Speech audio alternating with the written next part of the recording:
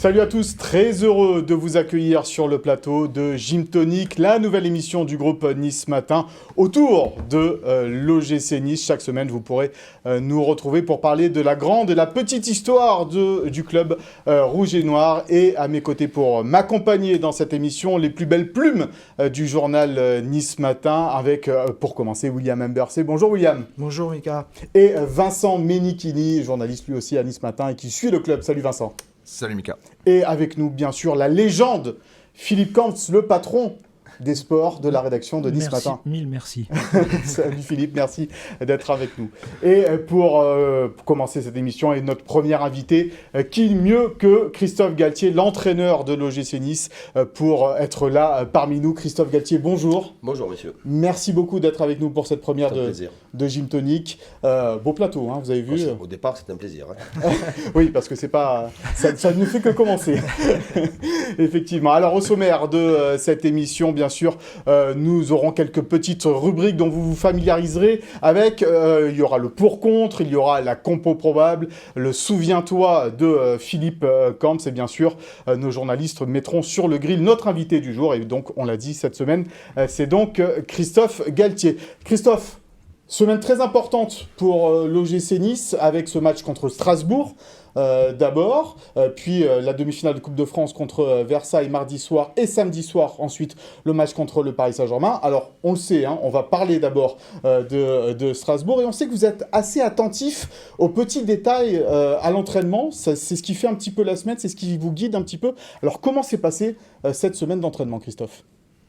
C'est une semaine sérieuse, évidemment que notre victoire face à Angers permet de travailler dans une certaine bonne humeur, mais on a fait en sorte d'être vite se projeter, non pas sur la semaine à 3 matchs, mais sur le match de Strasbourg. Et les joueurs ont été concentrés, appliqués, et j'ose espérer qu'ils ont été à l'écoute. Coach, ce qu'on aimerait savoir, c'est justement comment vous vivez un petit peu ces heures qui précèdent un match. À quel moment vous savez quel 11 vous allez mettre en place ? Et si à l'approche d'un match, vous êtes tendu, vous arrivez à prendre du bon temps en famille, vous arrivez un petit peu à penser à autre chose que ce Nice-Strasbourg ? La problématique pour ce match face à Strasbourg, c'est l'absence de nos défenseurs centraux. Donc, évidemment que je m'étais projeté déjà dans une réflexion bien avant le match d'Angers. Et c'est le choix que j'ai fait. J'ose espérer que ça sera le bon, mais voilà, il a fallu travailler sur différents profils pour jouer à ce poste-là. D'autant plus que là, on est dans un secteur défensif et on connaît tous la qualité de Strasbourg sur un plan offensif, à la fois leur percussion, leur qualité technique et aussi leur valeur athlétique devant le but. Donc voilà, avec le staff, avec mes analystes aussi en charge de la vidéo, j'ai fait en sorte de beaucoup travailler et dégager le meilleur profil, il me semble être le meilleur profil pour remplacer à la fois JC et Flavius, Dany Luc. Après, concernant le stress, une fois que je suis arrivé avec mon staff à définir à la fois le plan de jeu et l'orientation que je veux donner au match, on est focus sur le travail et justement pour éviter de stresser et de transmettre surtout ça aux joueurs. Le plus important, c'est surtout ne pas transmettre cela aux joueurs. On se plonge vraiment dans le travail sur toute la préparation des séances d'entraînement et sur tout ce que l'on veut voir dans nos séances d'entraînement, sur l'aspect technique, physique, tactique et sur quand nous avons le ballon, quand nous ne l'avons pas, comment attaquer sur les points faibles de l'adversaire, notamment Strasbourg, et comment bien défendre sur leurs points forts. Mais le fait de beaucoup travailler sur la préparation des séances et aussi au cœur des séances et aussi sur les débriefings de nos séances par rapport à ce qu'on a proposé sur le terrain fait que finalement vous êtes dans le travail et non pas en pensant est-ce que ça va être bien, pas bien ou quoi que ce soit. Je voulais prolonger juste un peu la question par rapport à cette semaine, à 3 matchs. Vous l'avez répété, Nice n'est pas européen cette année, donc vous n'avez pas été tellement confronté à ces semaines chargées. Là, ça sera le cas. Est-ce qu'on intensifie le travail dans la semaine qui précède le premier des 3 matchs et après ce sont plutôt des séances de récupération ou c'est un autre fonctionnement ? Il y a quelques années en arrière, il y avait des planifications différentes lorsqu'il y avait des semaines à un match ou des semaines à 3 matchs. Aujourd'hui, on a tellement d'outils à notre disposition qu'on arrive à mesurer exactement la charge de travail individuelle et la charge de travail collectif. Ce qui fait que, évidemment, quand je joue tous les 3 jours, les séances sont moins longues. Mais je fais en sorte, et notamment avec mon préparateur, Eduardo, de maintenir une certaine intensité parce que je me suis aperçu que moins on travaillait, plus on risquait de blessures. Alors, j'ai découvert cela au fur et à mesure de ma carrière, et notamment sur mes dernières saisons à Lille, quand on enchaînait tous les matchs. Avec des joueurs qui avaient l'habitude aussi d'enchaîner. Et pour avoir échangé avec beaucoup d'étrangers, puisque j'ai eu cette chance-là d'avoir beaucoup d'étrangers, à la fois dans mon staff, mais aussi dans mon effectif, ils me disaient qu'eux, il n'y avait pas de problème entre les matchs, de travailler, de garder une certaine intensité. Évidemment que les séances sont moins longues, mais il faut quand même avoir un minimum de charge de travail. On parlait de stress tout à l'heure. Est-ce que vous pouvez traverser un match, vivre un match sans un paquet de chewing-gum? Quand j'ai pas le chewing-gum, j'ai des compotes. Compote, c'est quand on joue à 13h. Souvent, oui, il y a le chewing-gum, il y a des pastilles, toujours quelque chose à la bouche. Je bois beaucoup. Est-ce que c'est significatif d'un stress? Je ne le sais pas. Je ne le sais pas. À une époque, des fois, les coachs fumaient. Ouais, j'ai connu cette époque-là. J'étais l'adjoint d'un entraîneur qui fumait à l'époque sur le banc de touche. Et à l'époque, je fumais aussi. Et quand je revois les images d'il y a 20 ans en arrière, évidemment, c'est pas terrible. Et heureusement. Mais c'est toujours bien d'avoir un chewing-gum. Ça permet aussi d'éviter de dire des conneries des fois. Alors, on en parlait tout à l'heure avec Christophe Galtier de ses absences en défense du côté de l'OGC Nice. Ça nous amène tout droit vers la compo probable de ce Strasbourg-Nice et de cette équipe niçoise. Ça va plaire, ça, à Christophe Galtier, j'en suis sûr.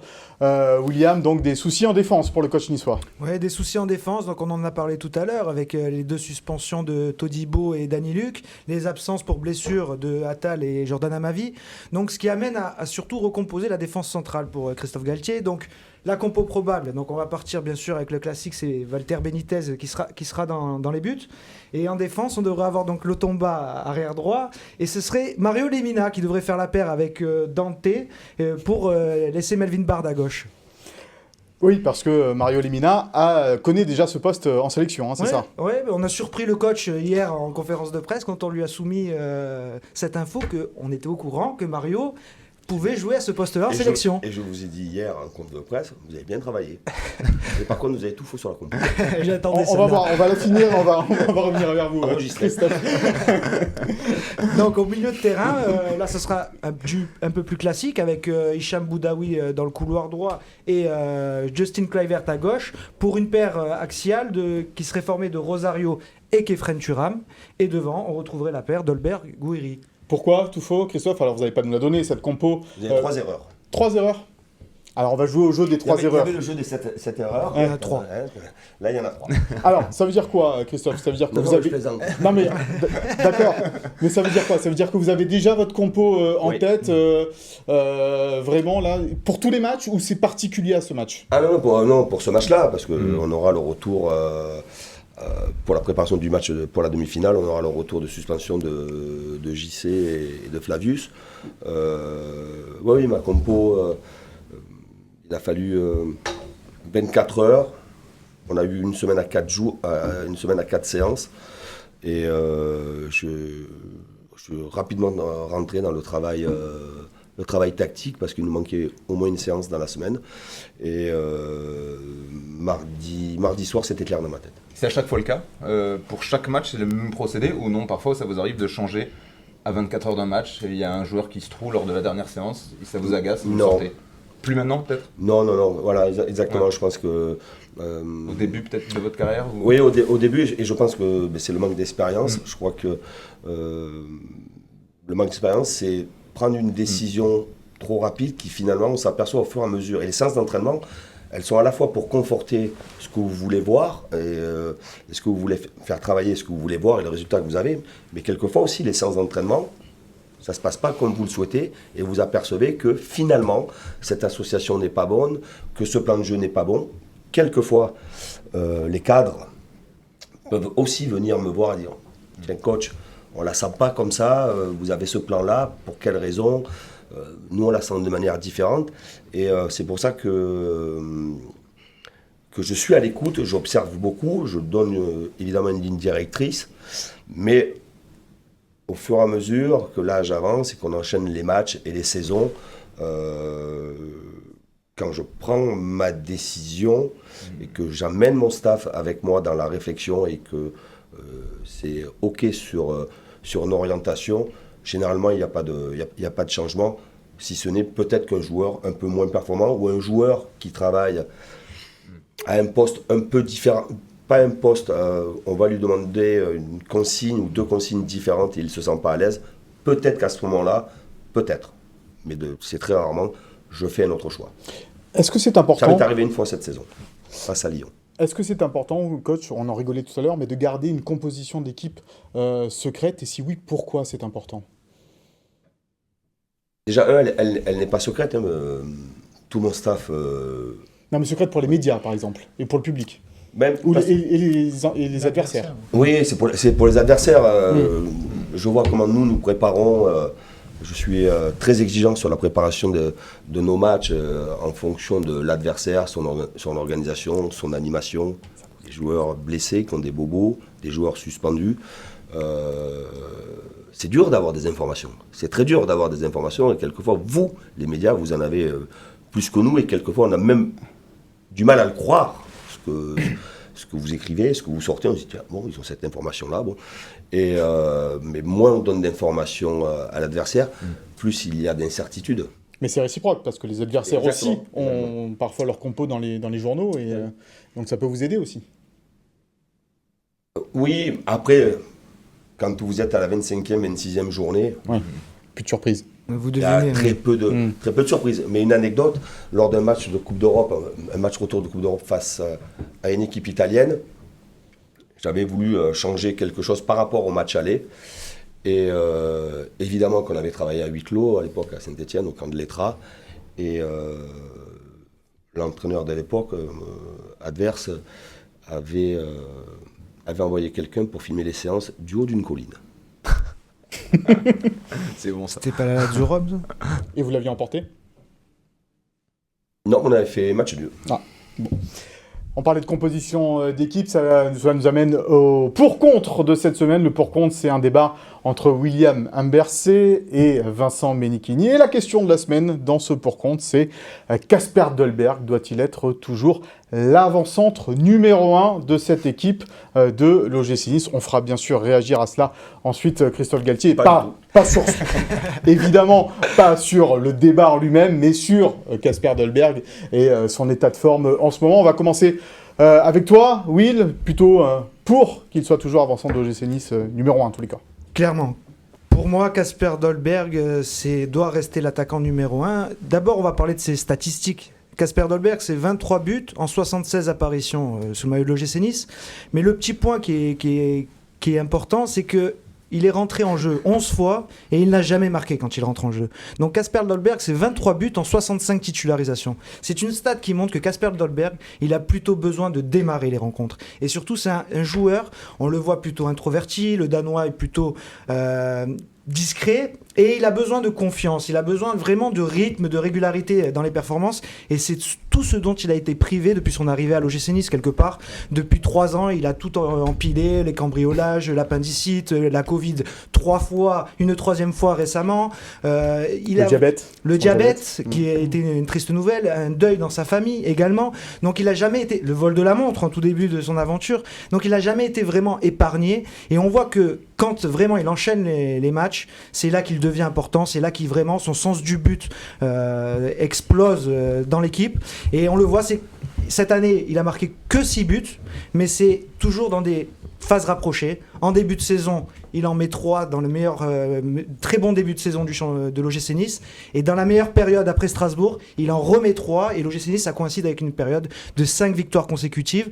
Donc voilà, quand Kasper Dolberg va, l'OGC Nice va avec. Et je finirai en disant que Dolberg-Gouiri, c'est une paire d'attaquants qui n'a jamais perdu. Des arguments solides, Vincent, face à vous. J'aime beaucoup me parler du sens de but de Kasper Dolberg. C'est toujours intéressant d'entendre ça quand on est à un but lors des 6 derniers mois et un penalty à Rennes. Donc c'est vrai que pour parler d'un joueur qui a quand même coûté 20 millions d'euros, qui fait partie des plus gros salaires du club, même si l'aspect économique, il faut le mettre à côté. Mais personnellement, et je pense que je ne suis pas seul dans ce cas-là, on attend plus d'un garçon comme Kasper Dolberg. Et aujourd'hui, évidemment qu'à mes yeux, c'est Amine Gouiri, le fer de lance de cette attaque. C'est déjà plus de 10 buts cette saison. C'est plus de 10 buts la saison dernière. C'est aussi 7 passes décisives. L'an dernier, Kasper Dolberg, c'est également 6 buts en Ligue 1. Pour moi, c'est trop peu pour un garçon de ce niveau international. Et on attend beaucoup plus d'un garçon comme Kasper Dolberg. Christophe, l'état de forme de Kasper Dolberg, comment il va déjà? Comment il se sent? Il revient bien? Il va bien parce qu'on a oublié par rapport à tous ses déboires, ses malheurs. Il a eu en début de saison l'épaule et il a eu aussi le genou, donc il a souvent été incertain et le dur pour lui a été d'assimiler et de s'adapter au problème du diabète. C'est fait, c'est clair dans sa tête, il le gère bien, il l'a bien intégré. Kasper est un joueur formidable, avec beaucoup de talent. Très adroit, il sort évidemment de l'académie de l'Ajax, il a qualité technique, il a une très grosse frappe. Le seul problème de Kasper, c'est lui-même. Et c'est lui-même qui doit se faire violence. C'est un joueur qui a toute la panoplie pour être à un très haut niveau. C'est à lui d'aller chercher au plus profond de lui, d'être beaucoup plus productif, mais beaucoup plus entreprenant, plus leader d'attaque que finisseur d'attaque. Du moins, c'est ce que je demande à ces joueurs qui sont dans un rôle quand même très particulier, avec une grande exposition.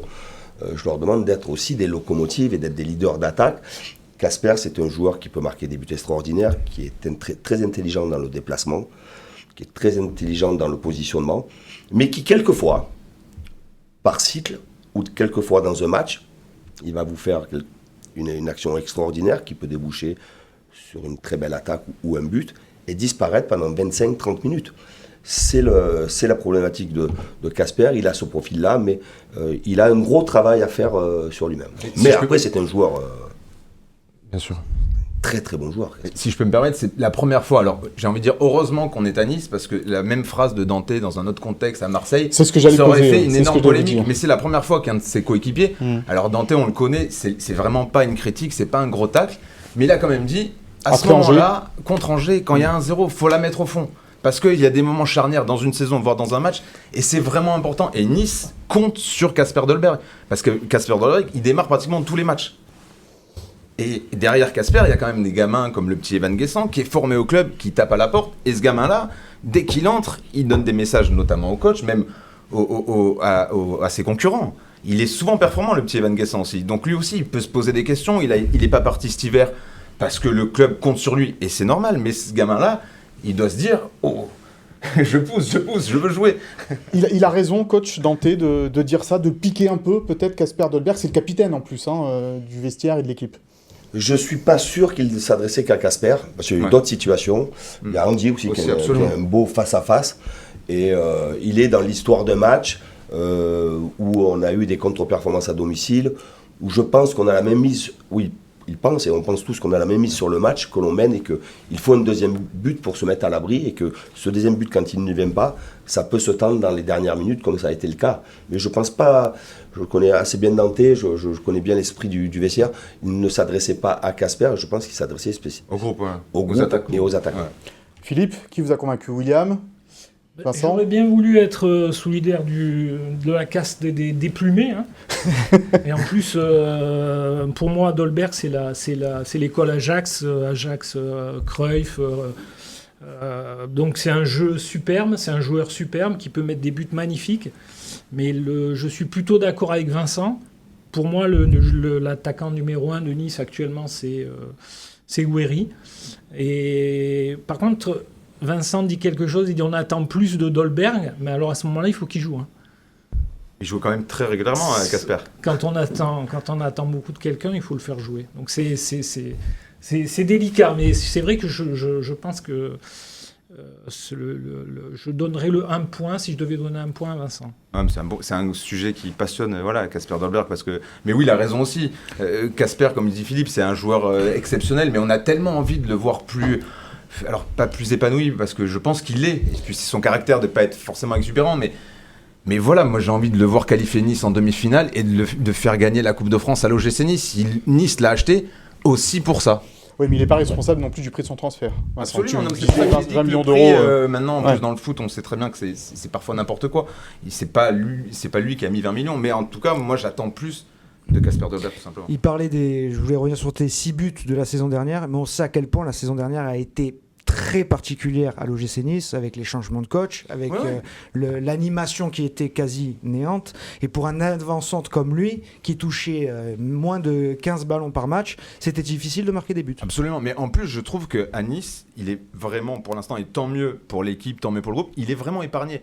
Moi, je me rappelle, il y a quelques années, un garçon comme Alassane Plea, qui avait réalisé parfois des grosses saisons, mais il était hué. Mario Balotelli, c'était parfois sur un fil, il a marqué, je crois, plus de 50 buts. Casper, et c'est tant mieux, aujourd'hui, il bénéficie vraiment d'une aura auprès du public niçois. Voilà, j'espère qu'elle sera encore plus grande après un but contre Versailles et puis après contre Monaco ou Nantes. En finale Coupe de France, vous voulez dire? Ou ça va pas perdre. D'abord Versailles, ensuite Strasbourg avant. Oui, bien sûr. Oui. Ouais, et puis Paris, et puis d'autres matchs. Vous l'avez mis dans votre combo? Oui. William Lay. Ouais. C'est fait partie des erreurs, coach. Voilà donc pour le dossier Casper Dolberg. Évidemment, on en reparlera tout au long de cette saison dans Gymtonic. C'est l'heure de jouer, d'ailleurs, dans Gymtonic, à gagner 2 places pour la demi-finale de Coupe de France entre Nice et Versailles. Ça sera mardi soir à 21h à l'Alliance Riviera. Et bien, c'est tout simple. Pour gagner, il suffit de répondre avec le petit hashtag Gymtonic. Quel sera le score du match entre Strasbourg et Nice? Vous donnez le nom des buteurs s'il y en a. Vous donnez les minutes et on vous départagera grâce à cela. Et puis pour tous ceux qui n'auront pas eu la chance d'avoir ces places-là, sachez que sur la billetterie de l'OGC Nice, il reste bien évidemment des places pour cette demi-finale de Coupe de France. Plus de 20 000 tickets ont déjà été vendus. Et Christophe, vous nous l'avez rappelé déjà cette semaine, il faudra que le stade soit plein contre Versailles. Ben oui, parce que les demi-finales, ça ne se présente pas chaque année, quel que soit l'adversaire.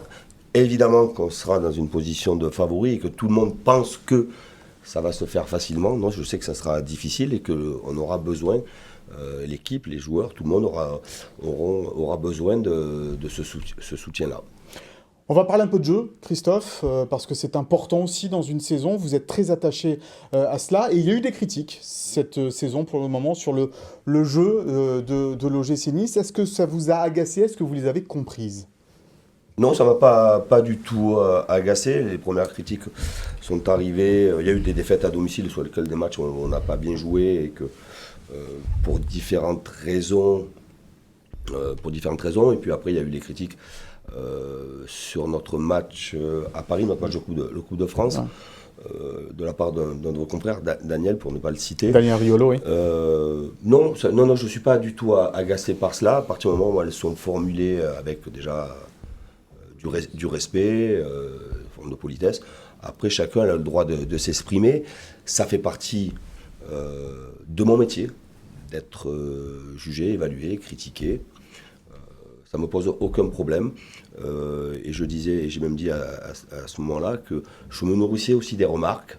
Vous savez, quand il n'y a qu'une personne qui fait une remarque, et que 7-8 autres personnes, différents médias, disent le contraire, vous dites, bon, celle-là, on va la mettre de côté. Mais quand commence à y avoir plusieurs personnes, c'est que les gens regardent les matchs, les analysent, et c'est qu'il y a du vrai là-dedans. Alors, votre jugement, le jugement des journalistes, de vos confrères et de vous-même, vous n'êtes pas au quotidien dans le vestiaire, vous ne savez pas ce qui se passe dans le vestiaire, vous ne savez pas ce qui s'est passé dans la préparation d'un match et ce qu'on peut avoir, nous, en tête du match, évidemment. Mais c'est pour ça que, sans vraiment... j'ai aucun problème sur les critiques. J'ai aucun problème. Je vais même être très transparent avec vous. Je lis les critiques. Je ne regarde jamais les compliments. Vous en servez Des parfois. critiques Ouais. Oui, je m'en sers non pas pour me servir sur mes joueurs, mon équipe, ou sur la rancœur, non. Je lis, j'analyse et je compare ce qui a été dit par rapport à ce que je revois du match. Vous ne considérez pas qu'on comprend absolument rien au foot? Pas tout à fait. Comme Non, certains coachs des mais fois. non, mais vous voyez, mais non, automatiquement, mis à part un dans les médias, vous voyez autant de matchs que ce que je vois. Donc Qui pense à vous qui les journalistes, non, Ah. vous les journalistes, je prends l'exemple de Daniel Riolo, il voit 10 matchs par semaine. Il a son jugement, il a son analyse. Vous voyez beaucoup de matchs dans la semaine, vous voyez tous les matchs, les matchs de votre équipe le week-end, donc vous avez un œil aiguisé, un œil averti. Donc votre analyse, elle n'est jamais très erronée, si ce n'est que vous n'avez pas, vous, Les consignes. ce qui se passe à l'intérieur, quoi. Est-ce que, Tu voulais, vas-y. non, est-ce que le match contre du Real Madrid vous a un petit peu fait sourire au Parc des Princes?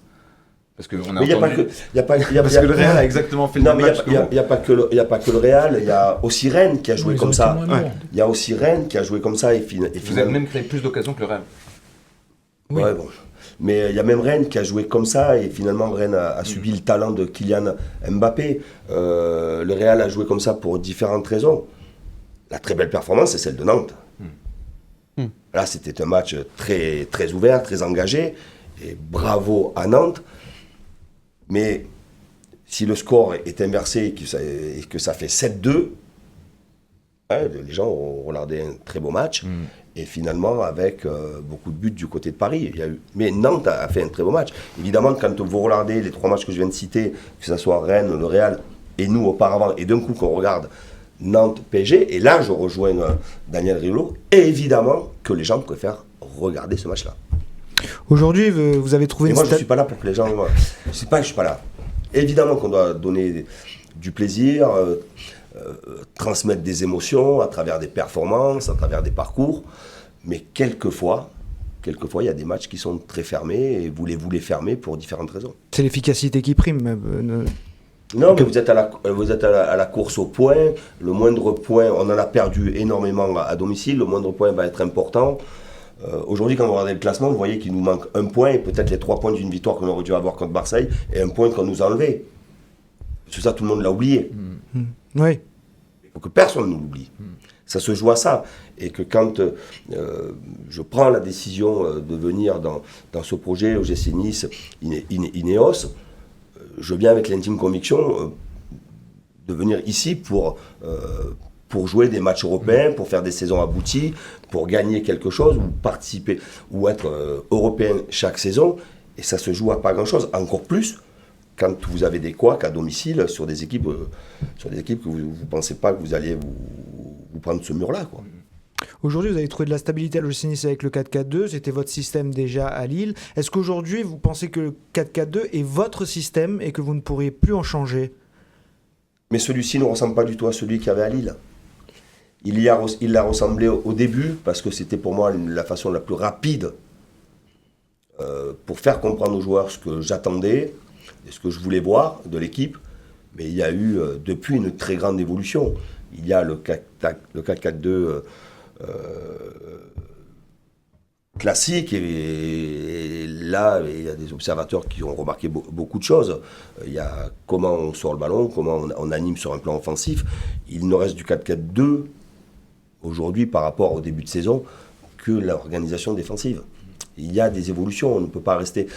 j'ai pas voulu faire un copier-coller, je suis allé sur le copier-coller de ce qu'on avait eu à Lille pour aller vite là-dedans dans l'organisation défensive et dans l'exigence que je voulais voir de l'équipe, mais j'ai pas du tout les mêmes... à Nice, on n'a pas du tout les mêmes profils que le LOSC et on a modifié beaucoup de choses dans l'animation. Vous auriez pu, parce que c'est peut-être la méforme de Calvin Stengs aussi qui vous pousse peut-être à changer un tout petit peu le dispositif, parce que vous les aviez, vos 2 ailiers avec Kluivert et Stengs à la base. Oui, mais il y a les ailiers, mais après il y a l'animation. Quand on sort le ballon dans certaines zones du terrain, il y a des animations différentes. Calvin était un joueur... tout à l'heure vous parliez de Casper, mais Calvin était un très bon joueur, c'est un beau joueur, c'était quelqu'un qui sent le football. On l'a voulu cet été. Et je disais, je crois que c'est la semaine dernière, mon devoir, c'est de réussir avec lui. Il a un temps d'adaptation plus long, pour différentes raisons. Hier, j'ai eu une longue discussion, j'ai eu une très longue discussion avec un membre de sa famille concernant Calvin. C'est un joueur qui est sérieux, qui est attachant, qui est professionnel, qui est un très bon footballeur, qui voit plus vite que les autres et qui réalise plus, qui peut mieux réaliser que les autres, si ce n'est qu'en ce moment, il s'est pas encore adapté à la Ligue. Il est là, le dépaysement, le fait de sortir de son pays C'est la première natal. fois qu'il sort de son pays, de son championnat. Donc on est quand même un peu déraciné, parce qu'on parle de gamins de combien de 22 ans quand même. On parle pas. Vous savez, moi mes garçons, ils ont 34, 32, 30. Je dis qu'ils sont petits, qu'ils sont jeunes. Donc eux, ils ont 22 ans. Donc ils sortent de là. Il arrive avec un statut, puisqu'il arrive avec un transfert. Il arrive aussi avec un parcours aux Pays-Bas. Et il arrive dans une région extraordinaire. Extraordinaire. Alors, quand vous êtes dans une région qui est un peu difficile, vous êtes focus, et vous ne lâchez pas.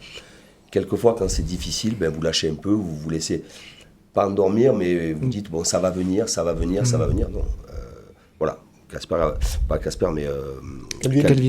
Calvin aura eu besoin d'un temps d'adaptation plus long que d'autres.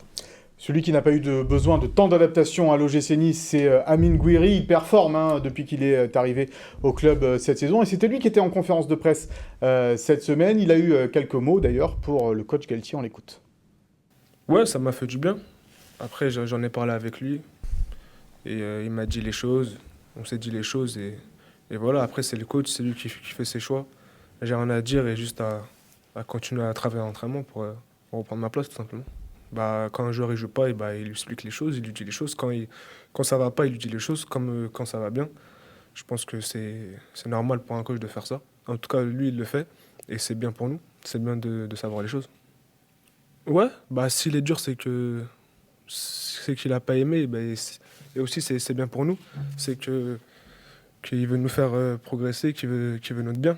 Donc, qu'il soit dur ou pas, c'est que du positif.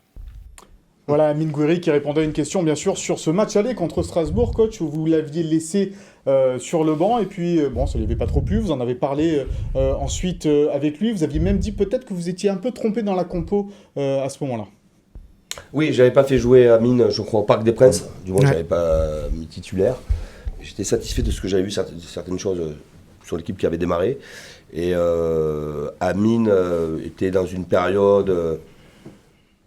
Amine a eu une ascension incroyable. Il a fait un début de saison, à ce moment-là, il faisait un début de saison extraordinaire et il y a eu un peu de relâchement. Et j'ai voulu, à travers la concurrence, lui montrer aussi qu'il fallait qu'il soit exigeant envers lui-même, non pas la préparation des matchs, c'est un garçon très sérieux, mais on parle encore d'un gamin, mais qu'il soit beaucoup plus exigeant dans le jeu, avec moins de pertes de balles, être plus efficace dans le jeu. Et oui, j'avais pris la décision de ne pas le faire jouer, et ce qui avait été, je l'avais dit rapidement, une erreur dans ce sens-là. Est-ce qu'on utilise la même méthode de management, de coaching avec un Kasper Dolberg ou un Amine Gouiri par rapport à leur personnalité, est-ce qu'il y a des joueurs qui ont besoin d'être plus piqués, d'autres à qui il faut vraiment presque câliner, cajoler, expliquer les choix? Non, je crois pas. Vous savez, le vestiaire, la première des choses dont a besoin le vestiaire, c'est de justice. Vous ne pouvez pas être dur avec certains et pas dur avec d'autres. Vous ne pouvez pas être câlin avec certains et pas câlin avec d'autres. Un vestiaire a besoin de justice. C'est 26 personnes, c'est 26 garçons. Et je fais en sorte que tout le monde soit jugé de la même manière et que tous les joueurs puissent avoir à la fois mon soutien. Je leur dis aussi que j'ai leur écoute, mais qu'il n'y a pas un joueur qui peut être au-dessus de l'équipe et de l'intérêt de l'équipe. Vous avez déjà poussé une gueulante sur Dante? Oui. Une belle? Une gueulante. Quand je suis pas content, je suis pas content. Juste pour revenir sur Amine Mais Gouiri. c'est difficile de pousser une gueulante sur Nantais. Eh ouais, on imagine. Juste pour revenir sur Amine Non, pas parce Gouiri. que c'est Nantais. Parce qu'il est un Non, Parce qu'il est costaud. exemplaire. Il fait parce ce qu'il est faire. Bien Ouais. sûr. Juste pour revenir qu'il est sur Amine exemplaire. Gouiri, coach, on est encore bien sûr très loin du mercato. C'est sa 2e saison à l'OGC Nice. Il va forcément être courtisé cet été. Est-ce que pour vous, dans le projet de l'OGC Nice, garder Amine Gouiri est indispensable? Je ne sais pas ce que veut faire Amine. Je sais que c'est un garçon qui a de l'ambition et son environnement professionnel a aussi de l'ambition et je le comprends. Et quand vous travaillez et que vous faites beaucoup d'efforts pour aller dans des clubs de très haut niveau, il faut toujours y arriver avec un certain statut. Aujourd'hui, déjà il y a les mois qui arrivent, avec un calendrier, des matchs décisifs, des confrontations directes, match de Coupe de France. On verra ce que va être cette fin de saison. Mais il y a aussi, quand vous voulez aller dans certains clubs de très haut niveau, il y a ce que vous pouvez donner sur un plan européen. Et là-dessus, je pense qu'Amine aura besoin, et j'ose espérer que ça sera avec l'OGC Nice, on va dire qu'on aura fait quand même une bonne saison si on est européen, qui puisse aussi acquérir une certaine expérience sur ce niveau-là. Alors, on commence à plutôt bien connaître Christophe Galtier, entraîneur de l'OGC Nice. On va s'intéresser un petit peu plus à l'homme, à son intimité, en restant bien sûr dans les limites. Ne vous inquiétez pas, Christophe. Est-ce que d'ailleurs, depuis que vous êtes arrivé à Nice, vous avez pu découvrir un petit peu cette ville de Nice, où c'est vraiment stade, entraînement, à la maison? Est-ce que vous avez pu un peu découvrir les spécialités locales? Culinaire, oui. Je me suis C'est rendu important. dans quelques bons restaurants niçois. Je suis très peu au centre-ville parce que, j'ai pas le temps. Donc très peu dans le centre-ville, même si je le connais, je connais le vieux Nice. Nice est une ville magnifique. De toute façon, le monde entier vient à Nice, donc à un certain moment, c'est que cette ville-là a beaucoup de charme. Sa gastronomie est une... J'apprécie la gastronomie, même si quelquefois elle est un peu grasse. Mais voilà, moi je passe pas beaucoup de temps au centre-ville, c'est maison, bureau, maison, et quelquefois de bons restaurants avec mes proches. Vous seriez arrêté toutes les 5 minutes si vous alliez en centre-ville, parce qu'il y a vraiment, William, à Nice, un engouement autour du coach Galtier. Oui, clairement. En plus, arriver sur un titre de champion de France pour le public, c'était extraordinaire. Mais en plus, vous incarnez un peu ce caractère, quand il y a un but, quand il y a une victoire, vous la fêtez. Et ça, c'est une attitude que le public niçois aime beaucoup. Vous en avez conscience que il est très démonstratif, ce public, et qu'un entraîneur très démonstratif... Ah oui, il est démonstratif, oui. Oui, c'est un public démonstratif. C'est un public méditerranéen, et ça a toujours été comme ça. Et dans l'ancien stade du Ré, c'était, je trouve, encore plus flagrant. On entendait encore beaucoup plus. Mais après, moi, ma façon de m'exprimer ou d'exploser de joie sur des victoires ou sur des buts, et c'est ça, n'est pas lié au public que j'ai en face ou avec qui je suis. Je suis comme ça. Alors, est-ce que je corresponds au public niçois? On est tous les deux méditerranéens. Philippe, c'est pas un entraîneur BCBG, Christophe Galtier, comme l'a dit Frédéric Antonetti pour certains de ses confrères. Au sujet de Frédéric Antonetti, qu'est-ce que vous pensez de sa suspension? Elle est sévère. J'espère qu'elle ne sera pas lourde de conséquences pour le FC Metz. Évidemment qu'on doit montrer l'exemple, qu'on doit faire en sorte de ne pas s'emporter. C'est pas évident. Il n'y a que ceux qui ne connaissent pas ce que c'est le sport de haut niveau, l'exigence du haut niveau et l'obligation de résultat qui ne peuvent pas comprendre que quelqu'un peut sortir de ses gonds. Et je sais de quoi je parle. Mais je la trouve quand même... Frédéric a une longue carrière. C'est un personnage, en plus d'être un entraîneur, et un bon entraîneur, c'est un personnage de la Ligue 1. C'est, je sais pas, plus de 500, pas loin de 600 matchs de Ligue 1.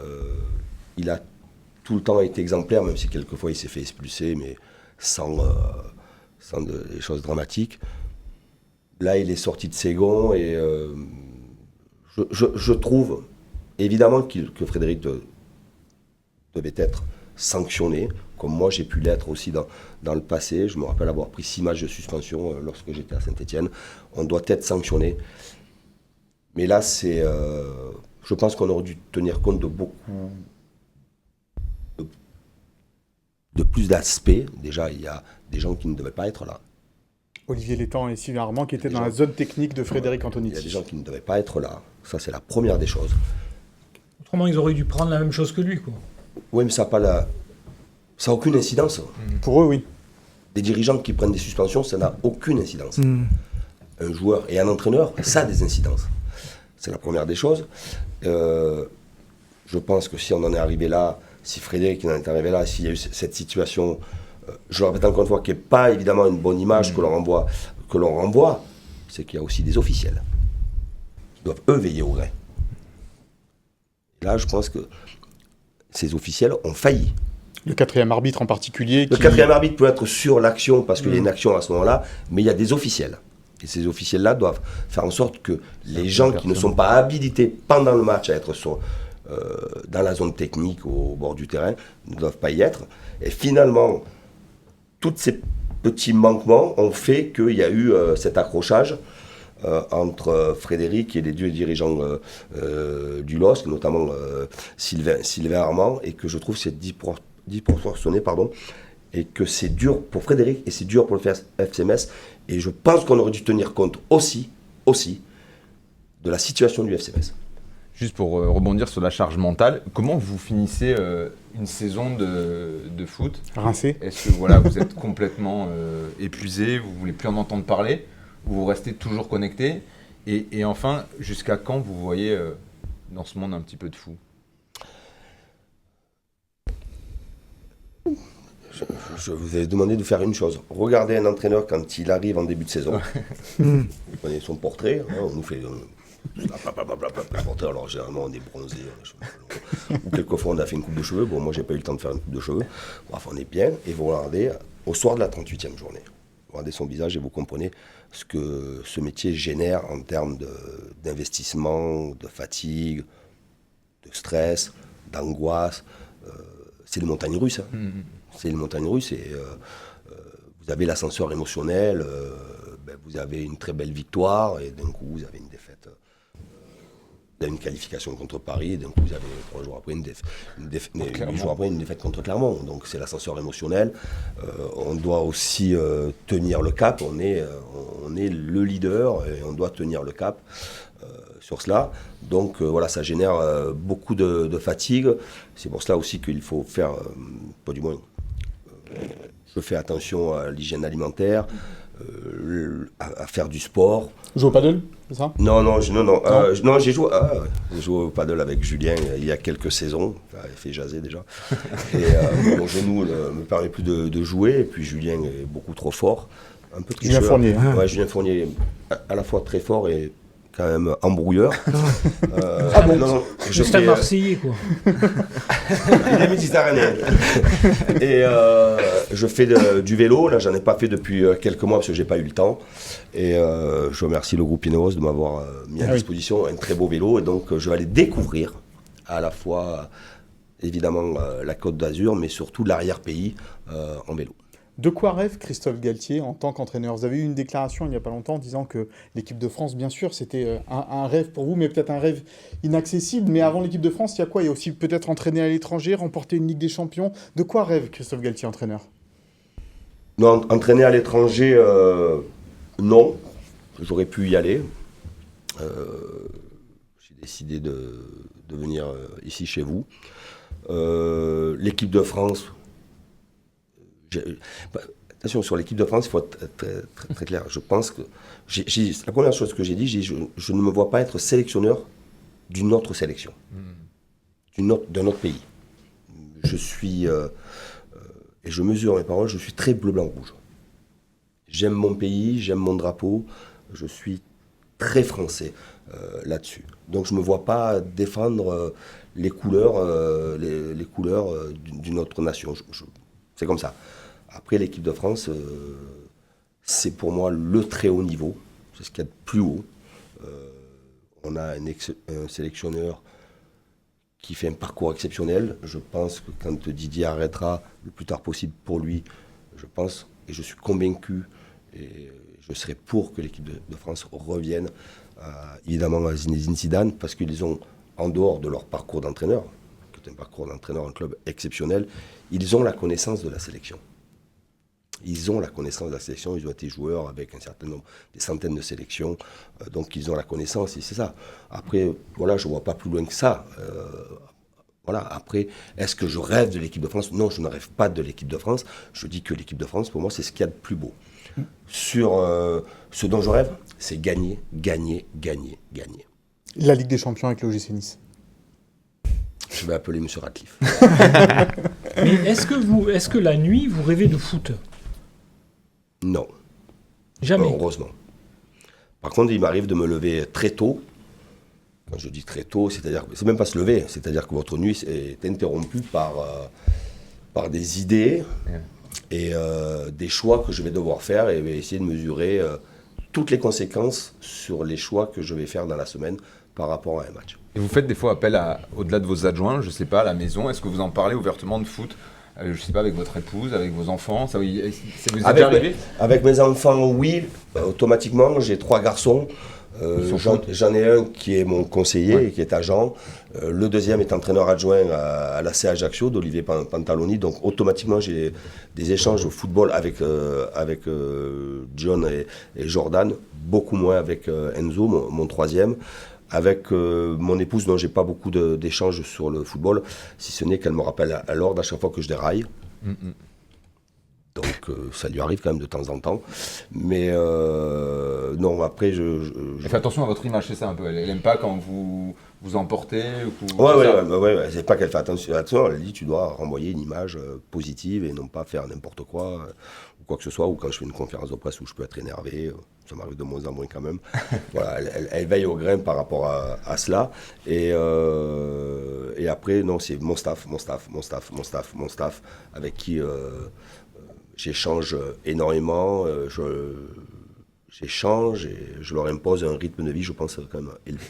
Il y a eu des choses dites et écrites sur votre famille, en particulier, vous l'avez évoqué, votre fils qui est agent et autour du transfert d'Andy Delors. Ça vous a... on parlait d'agacement tout à l'heure. Les raccourcis sont faciles dans ces cas-là. Oui. Andy Delors est à l'OGC Nice parce que le fils de Christophe Galtier est son agent. Déjà, on ne disait pas que c'était mon fils, on en avait fait presque un bâtard. C'est un garçon que j'élève depuis l'âge de 4 ans, qui en a 34, que j'ai adopté il y a 5 ans. Ça, c'est la première des choses. Et la deuxième, qui est sûrement la plus importante, c'est que je défie quiconque de dire qu'un jour, j'ai fait passer des intérêts personnels, familiaux, avant l'intérêt du club. Jamais. Andy n'était pas prédestiné, c'était pas prévu qu'Andy vienne à Nice. Andy devait aller, je crois qu'il s'est exprimé hier, il était en discussion avec d'autres clubs. Et quand la porte s'est ouverte, Julien Fournier m'en a parlé, on en a parlé avec Julien Fournier, on en a parlé aussi avec les propriétaires du club pour savoir s'il était possible de faire Andy. Mais et j'ai trouvé ces ragots, et je sais d'où ça vient, et je sais pour quelle raison on met ça sur la table, mais c'est tellement petit, et c'est tellement injuste par rapport à, déjà, mon garçon, 2, Andy Delors, et moi-même. La mise au point de Christophe Galtier au sujet du transfert d'Andy Delors à l'OGC Nice. Puisqu'on parle de transfert, on parle un petit peu mercato d'hiver, William. Oui, parce qu'on voulait un peu, vous en avez pas mal parlé en conférence de presse, vous souhaitiez des éléments un peu plus d'expérience que Brahimi. Est-ce qu'au final, aujourd'hui, on peut dire que vous êtes quand même satisfait de ce mercato ou vous auriez aimé d'autres renforts ?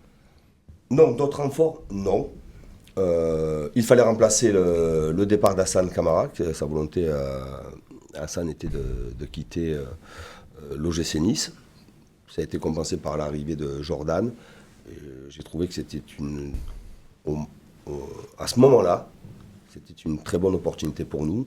Jordan voulait venir, il a fait beaucoup d'efforts sur un plan financier et que ça correspondait à ce que je voulais. Un joueur qui connaissait la Ligue 1, qui allait s'intégrer facilement, donc on connaît tous Jordan et son attachement au club. En plus, sur le plan offensif, oui, je l'ai dit, je voulais un joueur avec plus de vécu, plus de consistance. Mais le mercato d'hiver, c'est difficile. Et c'est très très difficile.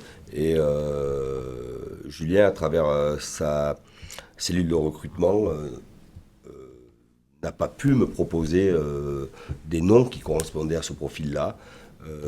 Et il m'a présenté donc le profil de Bilal Brahimi, qui est un joueur de couloir, jeune, dynamique, rapide, gaucher. Mais il va falloir du travail, du temps pour Bilal.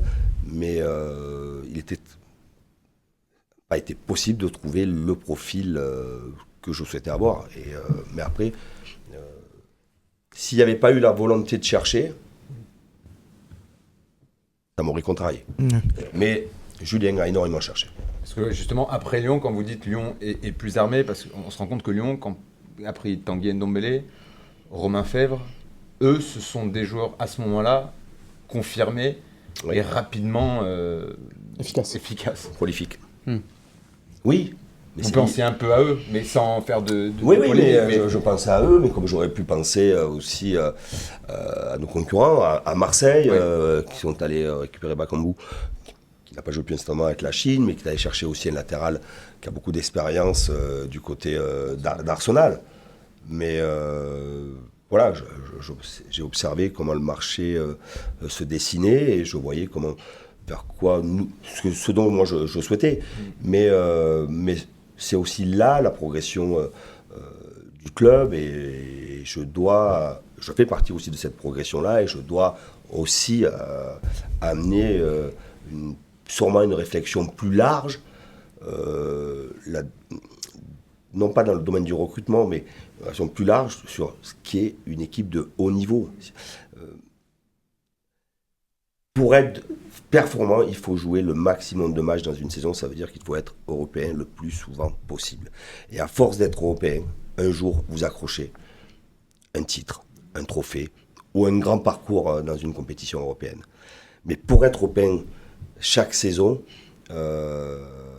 on doit regarder, on doit s'inspirer de ce qui peut se passer dans d'autres clubs. Et je ne prends pas en référence Lyon et Marseille, mais regardez ce qui se passe dans d'autres clubs à l'étranger, des clubs qui peuvent avoir notre profil,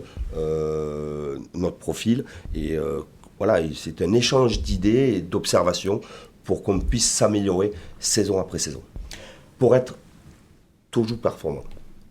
Alors chaque semaine, vous pouvez retrouver le Zap Gym sur les réseaux sociaux de l'OGC Nice, sur le site internet de l'OGC Nice. C'est un petit programme qui raconte les coulisses du club. Eh bien, on vous en propose un petit extrait.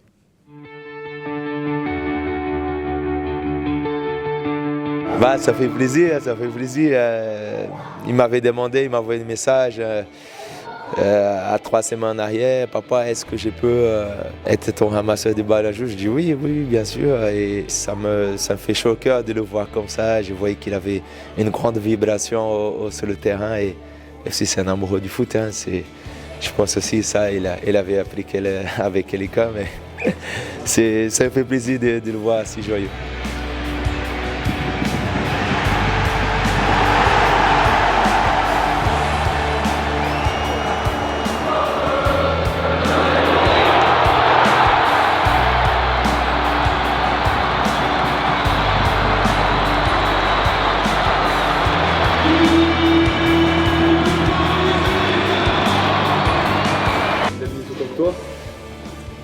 Même plus, je pense, parce que lui, c'est chanter toutes les musiques, il regarde tous les tons Zap Gym.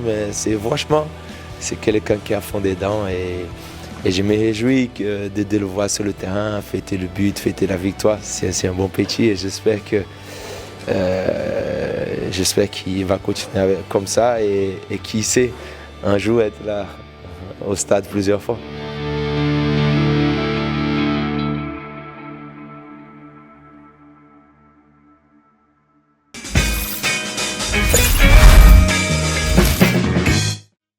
Voilà pour cette séquence du Zap Gym que vous pouvez retrouver, séquence super sympa entre Dante et son fils lors du match Nice-Angers. On passe à la rubrique tant attendue de ce Gym Tonic avec vous, mon cher Philippe Camps, le souviens-toi.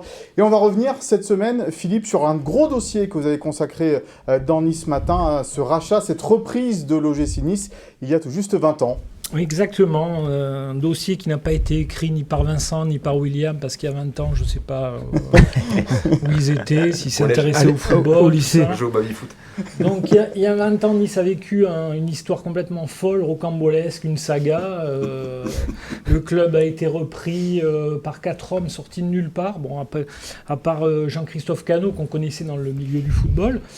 Et c'est vrai que ces garçons-là ont réussi quand même à faire monter le club en première division, chose qu'attendaient tous les Niçois.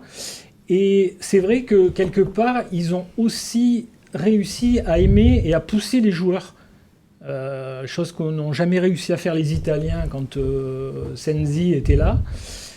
Et donc, ils ont réussi à faire monter Nice en première division. Après, on connaît la suite. Le club a explosé. Ouais, ça s'est plutôt mal terminé. Ça s'est très mal terminé. Le club a été rétrogradé 2 fois. En première dans l'histoire du foot français, il avait été rétrogradé de 2 étages. Et donc, il a été sauvé in extremis par... groupe niçois avec Stellardo, Maurice Cohen, Governatori, Jean Bessy, Bacchialoni, donc qui a sauvé ce gym sur le fil. Donc j'ai raconté ça pendant une semaine et voilà, donc là on va vers la fin de l'épisode avec Jean-Christophe Cano qui n'avait jamais parlé, qui sort du silence et qui raconte un petit peu comme il a souffert de ce qu'il a vécu et de ce qui s'est passé à Nice. Ouais, un dossier vraiment passionnant à retrouver dans les pages de Nice Matin. Et la semaine prochaine, je parlerai avant Nice PSG de Leif Eriksson et ça durera 2 heures. Ça nous étonne que vous ne parliez pas de Doumé Baratelli, dit le chat, mon cher Philippe. Ça sera mon invité bientôt et on sera tous les deux, lui et moi, ici. Des petits souvenirs de cette époque, alors pas de l'OGC Nice, mais c'était un peu un autre football, Christophe, cette époque-là. Il n'y avait pas encore ces grands groupes, on va dire, mis à part peut-être Canal+, qui était au Paris Saint-Germain, mais qui avait la main mise sur les clubs, et donc du coup, ça donnait parfois des repreneurs assez particuliers dans les clubs de football. Oui, alors moi j'ai lu la saga, d'autant plus que c'était des Méditerranéens qui Je connais très bien Jean-Christophe Cano, je le connais depuis très longtemps. Oui, il parle de vous d'ailleurs. Et je peux vous dire, et je sais que c'est une période qu'il a très mal vécue, parce que lui, il était convaincu, je ne parle que de lui, parce que je sais ce qu'il a vécu, on est assez proches. Il était convaincu que le projet allait décoller. Le plus important était, sur un plan sportif, l'accession en D1. Et c'est une performance. Et je pense que cette équipe-là avait transmis des émotions aux supporters niçois. Et que puis derrière, patatrac. Alors, je pense que c'est une époque révolue. Quoique non, j'ai connu ça à Lille, moi, il y a 6 mois. Oui, de repreneurs un peu. Repreneurs. Voilà, aujourd'hui, il y a un tel enjeu économique, il y a tellement d'argent en jeu, et l'équilibre est tellement précaire qu'à tout moment, sur des mauvais investissements ou des mauvais résultats, vous pouvez vous écrouler, quoi. On était peut-être un peu moins regardant aussi au niveau du contrôle de gestion sur ces repreneurs de clubs à une époque, et la DNCG maintenant fait plutôt bien son boulot par rapport à cela. Christophe Galtier, merci beaucoup d'avoir été avec nous pour cette première de Gym Tonic. Ça va, ça s'est bien passé? Merci à vous, monsieur. Ah oui, alors le très beau cadeau offert par Philippe Camps, la fabuleuse décennie 70. Je vous remercie. Voilà, on en parlera autour d'un bon couscous. Je vais le lire autour d'un bon couscous. Ça, c'est les origines noirs qui parlent. Ça, c'est notre plat. Je vais le lire, je vais l'apprendre, et vous allez pouvoir m'interroger. Et s'il y a plus de 2 heures, la prochaine émission, on fait un quiz. Voilà, vous reviendrez justement. Ça durera 8 heures. S'il y a plus de 2 heures sur la compo, c'est pour Will alors. Oui, c'est vrai. Bon, on va surveiller attentivement la compo pour voir si Will avait raison ou si le coach vous avez tout faux. nous a réservé quelques petites surprises. Vous revenez quand vous voulez, évidemment. Je reviendrai avec plaisir. C'est gentil, merci Merci, à vous. coach. Merci à vous, merci à vous. Merci à Philippe Bertini, Sophie Doncé et Chloé Voirgard à la réalisation de cette émission. Une petite pensée amicale pour nos amis de 100% Aiglon et de COP Aiglon, Maxime Baquier et Sébastien Serrano, que l'on embrasse. Nous, on se retrouve la semaine prochaine pour une nouvelle émission de Gym Tonic.